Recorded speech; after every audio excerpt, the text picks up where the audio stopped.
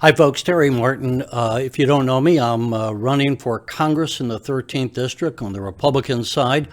I have been engaged in covering national and state issues for the last 30 years. I've been a professional journalist, first in Washington, D.C., where I worked with C-SPAN covering the U.S. Congress. Mostly I focused on the Senate side, but since 1997, I've been living and working out of Springfield, covering issues within the legislature, within state government, and also interviewing many of our members of Congress as well as some of our senators over the last 25 years, including Barack Obama, Dick Durbin, and others. So I've been very much engaged in the issues, but this year I'm actually running for the Republican nomination for Congress in the 13th District because I could no longer, in the view of the craziness that was going on in Washington, stand by and do nothing. The Democratic Party has been having a war on the middle class, and as we can see, the gas 1 year ago was $3.08. Today, it's in the neighborhood of $5.32.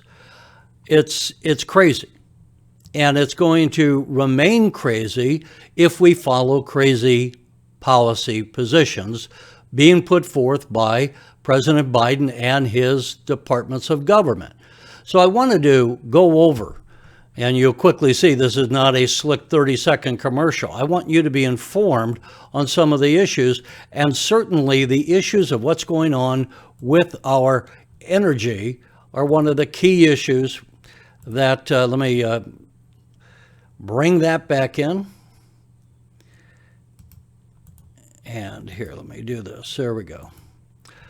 So we are looking at the policy position of the American Petroleum Institute, who came out with a 10-point plan to improve the energy of the United States. And number one was lift the development restrictions on federal lands and waters.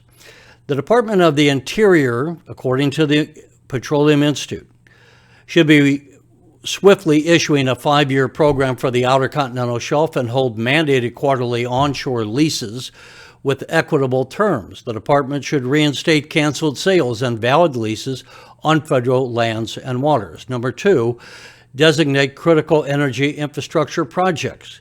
And they say that Congress should authorize critical energy infrastructure projects to support the production, processing, and delivery of energy. These projects would be of such concern to the national interest that they could be entitled to undergo a streamlined review and permitting process not to exceed 1 year. And folks, if you don't know, one of the things, the key issues that is holding back our economy is the tremendous amount of burdensome regulations at every level.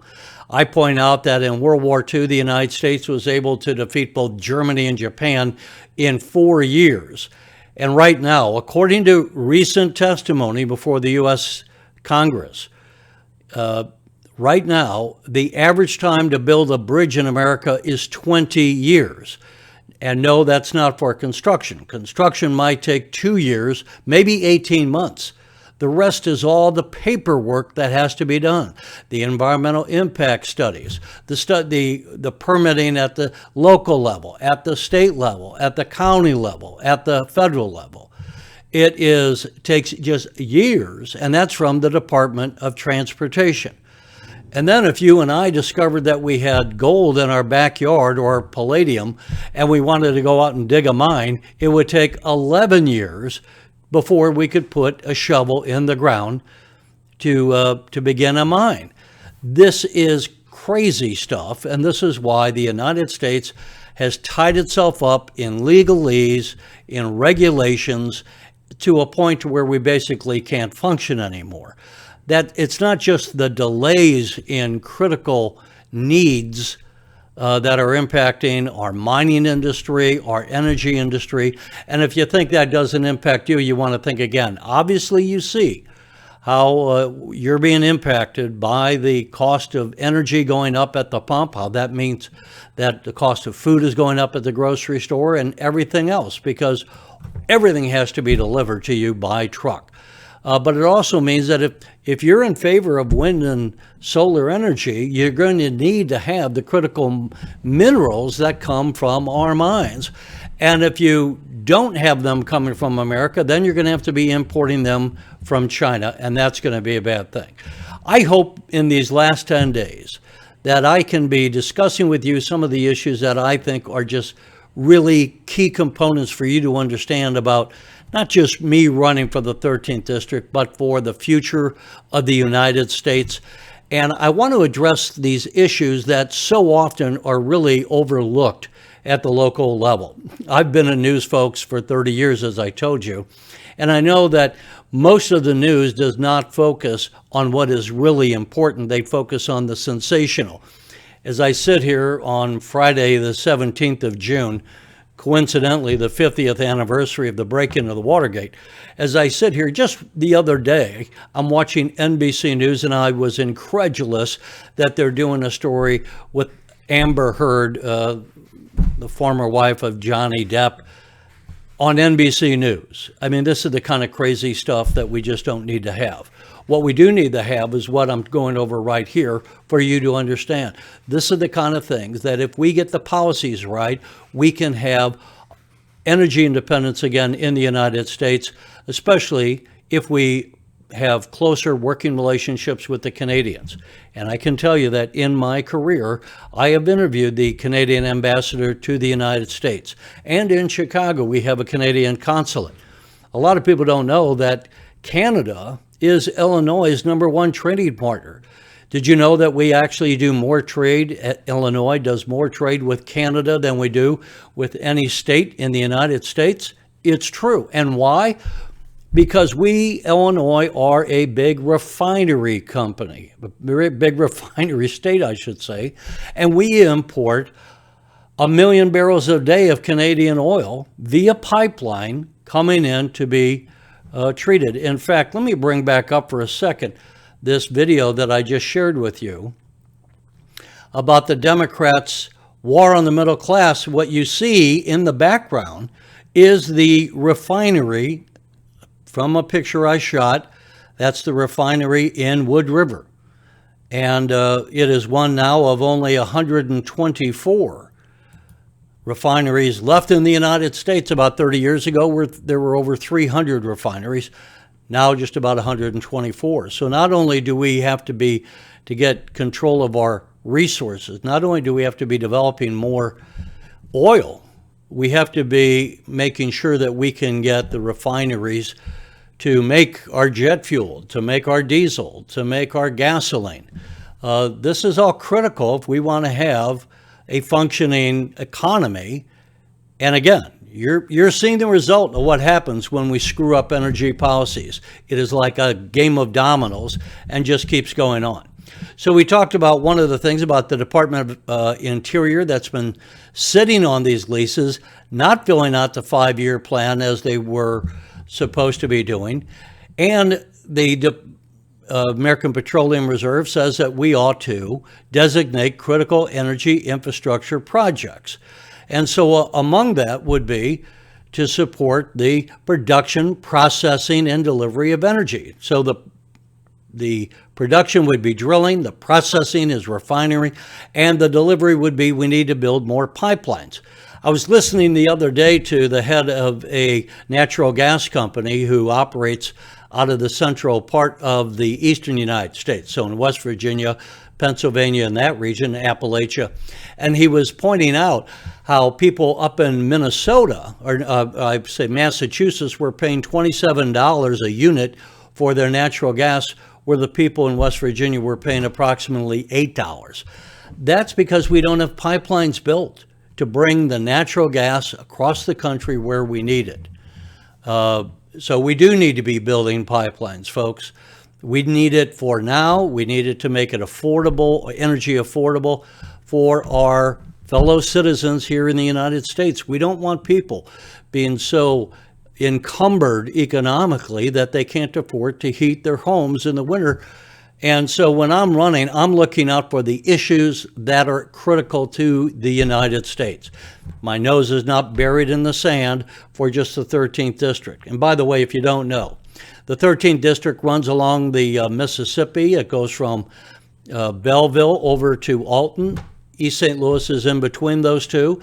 It then runs north along Highway 55, takes in all of Macoupin County, and then goes up to Springfield and turns east. And so then it goes in across our farmlands over to Decatur, takes in the better part of Decatur, and then proceeds over to Champaign County to take in all of, or a good part of Champaign County, including all of the U of I over there. So that's the 13th District that I'm running for. I'm engaged in that district. I used to work at WAND out of Decatur, covering all of that central Illinois area. I was reporting there on those issues. I used to work for 3 years at the University of Illinois, and I grew up in I lived in Springfield for the last 25 years, covering the issues. I'm the founder of the Illinois Channel, which is like the C-SPAN of Illinois, and I grew up in St. Louis, so I'm familiar with the Metro East. So I think I'm one of the most informed candidates, not only in the 13th District, but of, frankly, the candidates that are running across the country this year.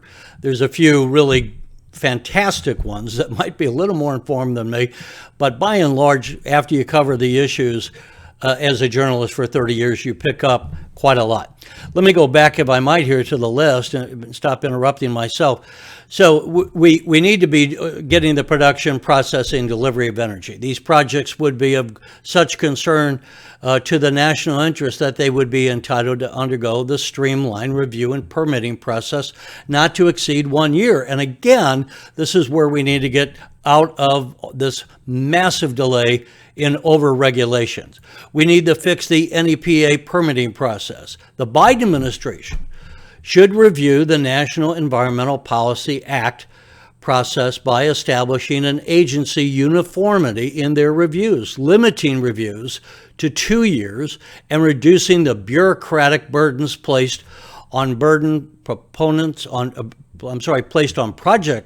proponents in terms of size and scope of application submissions.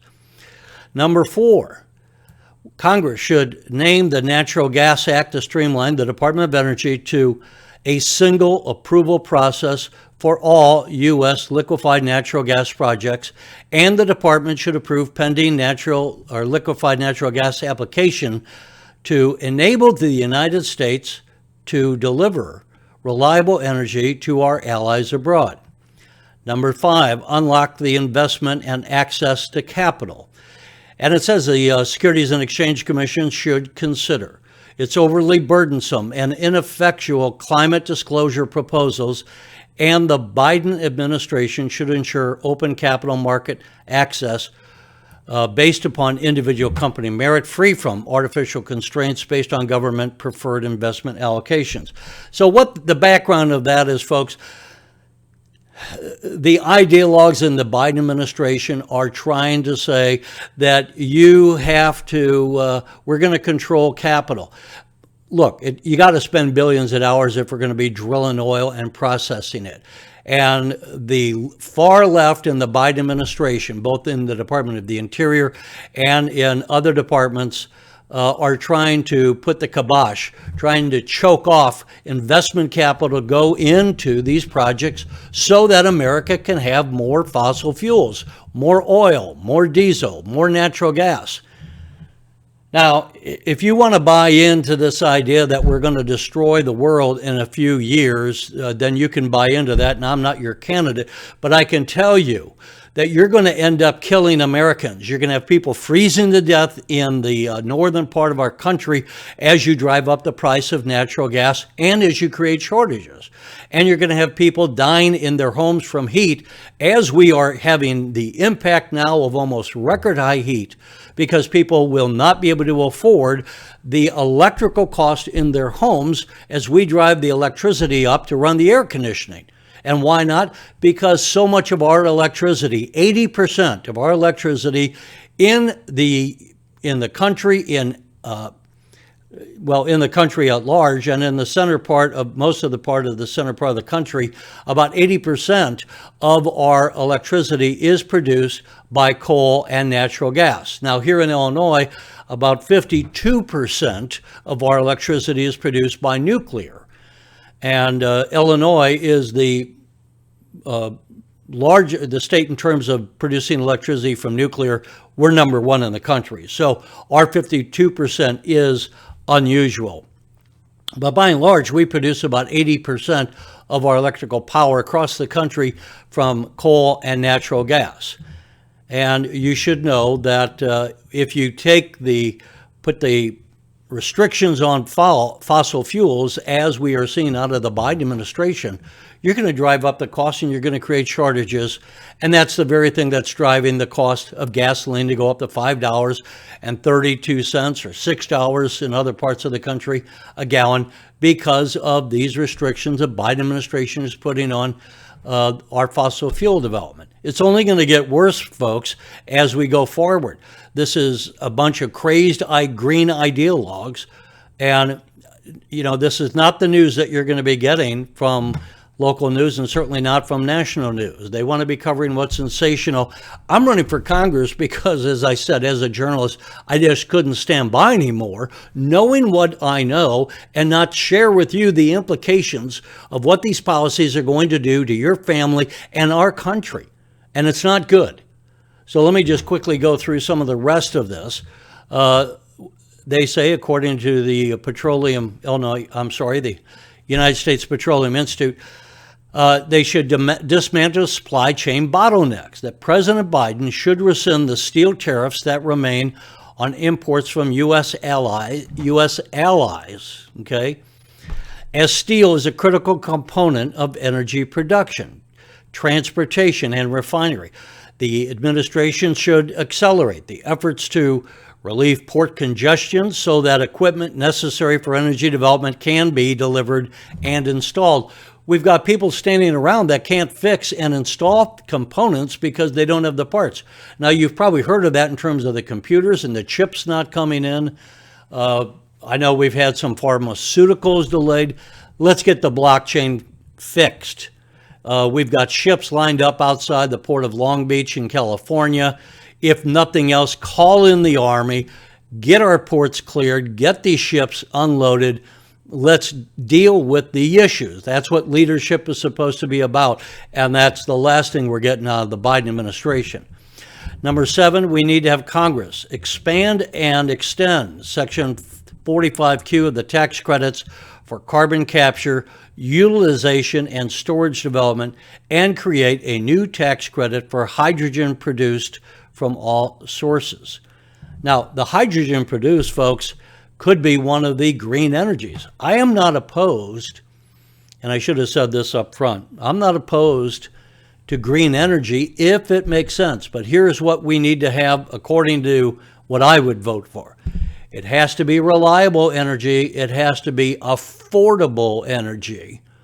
The reason you and I have had the wonderful American lifestyle that we've had over the course of our lifetime is because Americans have had affordable energy. When I went to Europe years ago, and at the time I think gasoline was in the area of about 50 cents a gallon, I was getting gas in Italy, and this was 40 years ago or so, and it was something like $4 a gallon when we had 50 cents a gallon in the United States. I don't want America to be like that. I don't want America to lose our ability to go out and take your family, as we've seen throughout the decades after World War II, where you can get the kids in the car and take them on a family vacation. Now you can't afford to do that. How many of our middle-class families can't afford to have a vacation this summer because of the high cost of energy?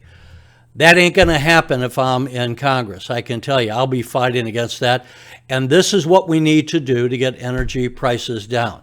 I know I'm running a little long here, already 20 minutes, but let's go a little further. Number 9, protect competition and the use of refining technologies. And it says the Biden administration should ensure that future federal agency rulemaking continues to allow refineries to use existing critical process technologies to produce the fuels needed for the global energy markets. Number 9, end permitting obstructions on natural gas projects. And that is, the Biden administration should ensure that future federal agency rulemaking continue to allow U.S. refineries to use the existing critical process to produce the fuels needed for, I'm sorry, I skipped here. Let me read this again. The Federal Energy Regulatory Commission should cease efforts to overstep permitting authority under the National Natural Gas Act and should adhere to traditional considerations of public needs as well as direct impacts arising from the construction and operation of natural gas projects. I apologize for stumbling over this as I read it. These letters are about 6-point type. So basically what they're saying here is we need to adhere to the traditional considerations of public need as well as focus on the direct impact arising from the construction and operation of natural gas projects. Let me tell you something, folks, it was not that long ago that America was running out of natural gas and we were going to have to import natural gas. And then what happened? The technology of fracking came about. And within 5 years, America went from being a country that was running out of natural gas to becoming the largest producer of natural gas in the United States. I was talking about the fellow that had the pipe, said if we had pipelines, we could lower the cost of gas, natural gas in Massachusetts and the Northeast. Well, he was also mentioning that in the Marcellus Shale that we have in the eastern part of the United States, from Pennsylvania and West Virginia, and in that area, we have more natural gas resources than Russia has. So the United States could be energy independent easily, as well as I said earlier, working out better working relationships and importing oil from Canada, a great partner, a great democracy, and our neighbor just to the north. And of course, we can do that as well with Mexico, another massive oil producing country. So there's no reason for us to be in a place where we have energy shortages and refinery shortages. And if you had a war in Ukraine or anywhere else in the world, American prices would not spike up because we would have ample energy resources. In fact, we could also be making a lot of money by exporting them. It is this green ideology craziness that has got these people now in power working to destroy the fossil fuel industry, and they, as you can see, are quickly destroying the American economy. Let's go on quickly to point number 10, advance the energy workforce of the future. Congress and the Biden administration should support the training, education of a diverse workforce through increased funding of work-based learning and advancement of STEM programs to nurture the skills necessary to construct and operate oil, natural gas, and other energy infrastructure. You look at any number of the high level of unemployed young children who have no career status working for them in so many of our communities, Baltimore, Chicago, St. Louis, East St. Louis. Folks, there are wonderful jobs in the energy industry, and those jobs, we need people to go into those jobs because we need to have that labor to produce the oil, diesel, natural gas, etc. that I've been talking about. These jobs can pay $80,000, $90,000, $100,000.